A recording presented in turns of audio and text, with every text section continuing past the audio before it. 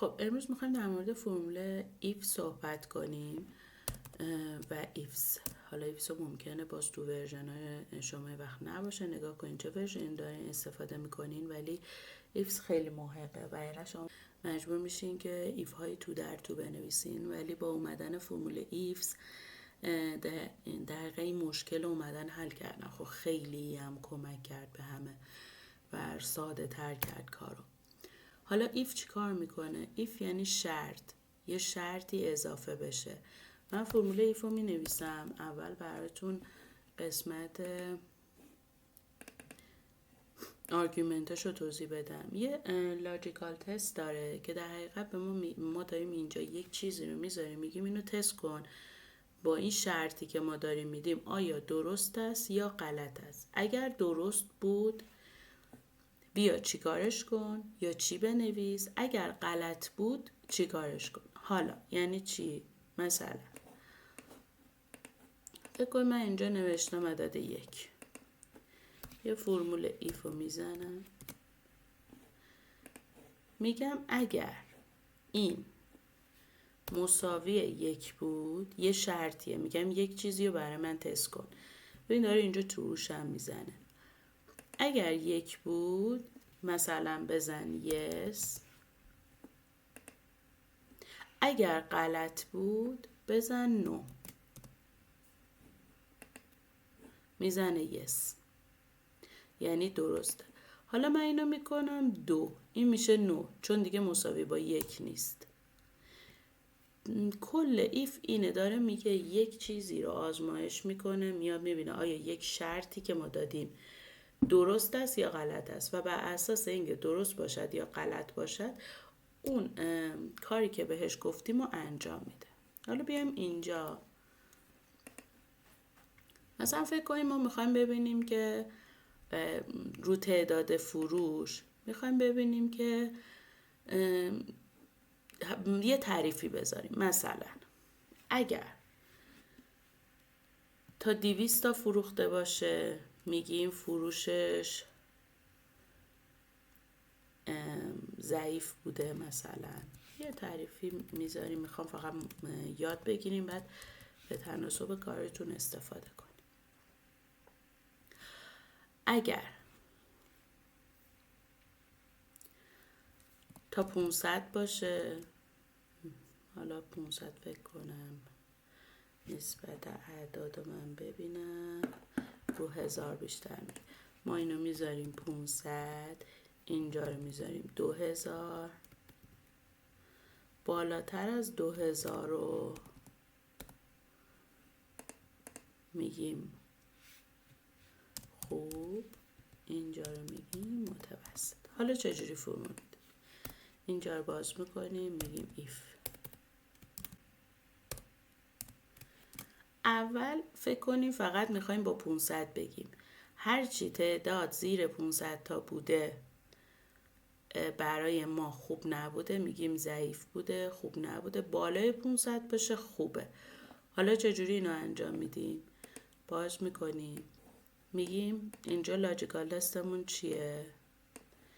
میگیم اگر این رو داریم روی تعداد صحبت میکنیم بزرگتر است، یا میتونیم اینجا رو لینک کنیم یا میتونیم بنویسیم، ولی بهتره لینکش کنیم که اگر خواستیم مثلا این در حقیقت حدمون رو تغییر بدیم دیگه نیاز نباشه دستی فرمولمون رو تغییر بدیم. بنابراین لینکش میکنیم، میگیم اگر فروشمون بالای یا بیایم بزنیم پایینه چون اینجا ضعیف رو داریم، اگر پایین این عدد بود از نظر ما ضعیف بوده، اگر بالاتر از اون بود از نظر ما خوب بوده. من اینو اوکی میکنم.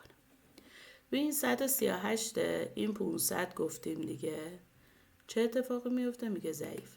حالا من این فرمول میکشم میام تا پایین برای همه به هم اینو بده. حالا ببینید چه اتفاقی میفته. من وقتی اینو میکشم پایین این میشه 0. چرا شده 0؟ اتفاقی که میفته چون ما یادمون رفته که مثلا 500 رو ثابتش کنیم. ببین اینجا داره 500 رو انتخاب میکنه و ضعیف، اینجا همه یه دونه اومده پایین. بنابراین من هی توی فرمولای مختلف اینو یادآوری میکنم که دیگه یادتون باشه. بنابراین من کاری که باید بکنم، میخوام 500 و ضعیفم هر دوتا ثابت بشه. پشت اینا داله رو میذارم، اگه F4 هم بزنیم میشه. هم ستون هم ردیف میخوام ثابت بشه. دیگه درست شد. نمیام اینجا، اینو میگیرم. میبینیم به تناسب فروشا خودش اومده گفته. این با یه شرط بود. حالا میخوایم ببینیم که ما الان یه شرط 500 داشتیم، ولی الان میخوایم یه 2000 هم بهش اضافه کنیم. قبلا چجوری بود؟ قبلا مجبور بودیم ایف تو در تو بدیم. مثلا اینطوری بگیم اگر ایف این کوچیکتر از 500 بود، برای من اینو بذار. اگر کوچیکتر نبود، باید دوباره می اومدیم می گفتیم که چون تو شرایطی که نبود یه ایف جدید می داشتیم. ایف دوباره همین کوچیکتر از 2000 بود، بذار متوسط، نبود بذار خوب. همچنان ضعیفه. ما باید بریم کجا رو ببینیم؟ باید فروشایی که بین 500 و 2000 الان تقریبا برای ما تغییر کرده دیگه. 500 و 2000 مثلا میشه اینجا. الان دیگه اینو به ما باید متوسط نشون بده. با ثابت یادمون رفت بکنیم. خب من اینا رو ثابت بکنم. همیشه این اتفاق میفته. بعد میبینی فرمولی و جواب نمیده، یادمون میفته. من یعنی اینطوریم. کنم بر بقیه هم زیاد پیش میاد.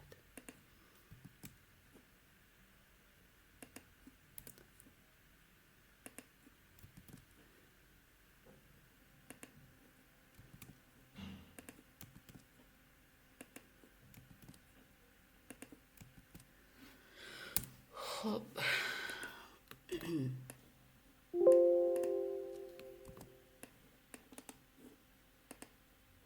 این شد متوسط. چون ما یه رنج رنج جدید اضافه کردیم.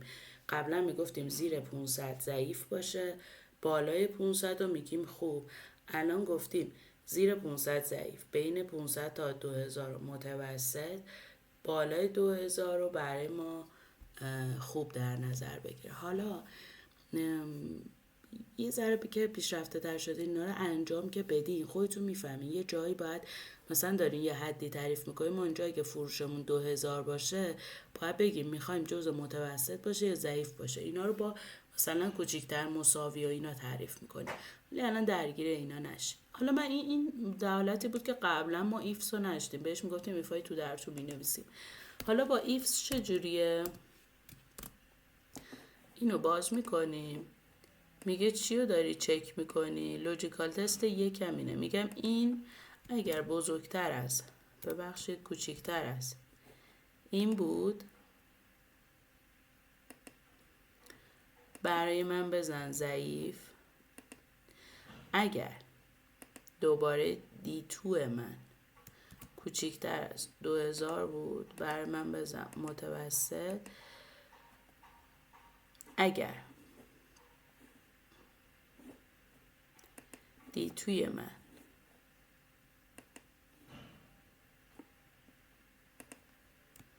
بزرگتر از 2000 بود، برای من بزن خوب. حالا ما دوباره باید اینا رو ثابتشون بکنیم. اینجاها بذارم دلارشونو. فقط الان جایی که نیاز نداریم توی D2 دیگه، چون میخوایم ردیف به ردیف برامون چک کنه، بقیه جا رو نیاز داریم ثابت کنه.